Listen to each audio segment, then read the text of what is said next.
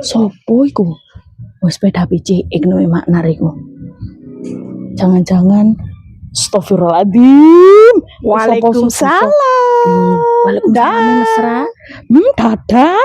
Kok ibu berketiga yo iku sik tak pertakno cek gak ngare duso. Assalamualaikum. Waalaikumsalam. Dan koyo wong asmaran. Sopo iku gak becek mang?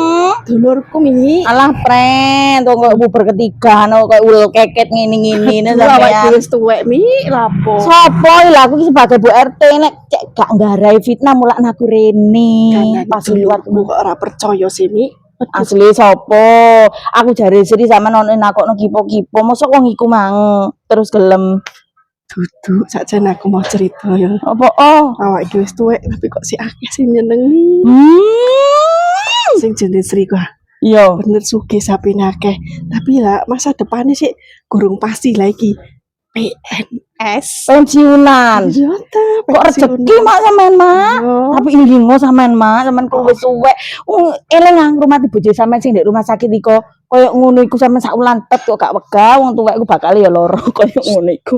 Mantami, lah iku kena ge tambah-tambah botoku. Ngono Wis tuwek ngono. Dadi men wis seneng nyenengi. Dikai mahar piro sih sampean mbek wong iku? Ojo kepo mahar sing penting kok masa depanku iku cerah ngono lho Mi ya. Ya wis arep sampean aku sing pokoke sing hati-hati lek milih lanang sing hati-hati.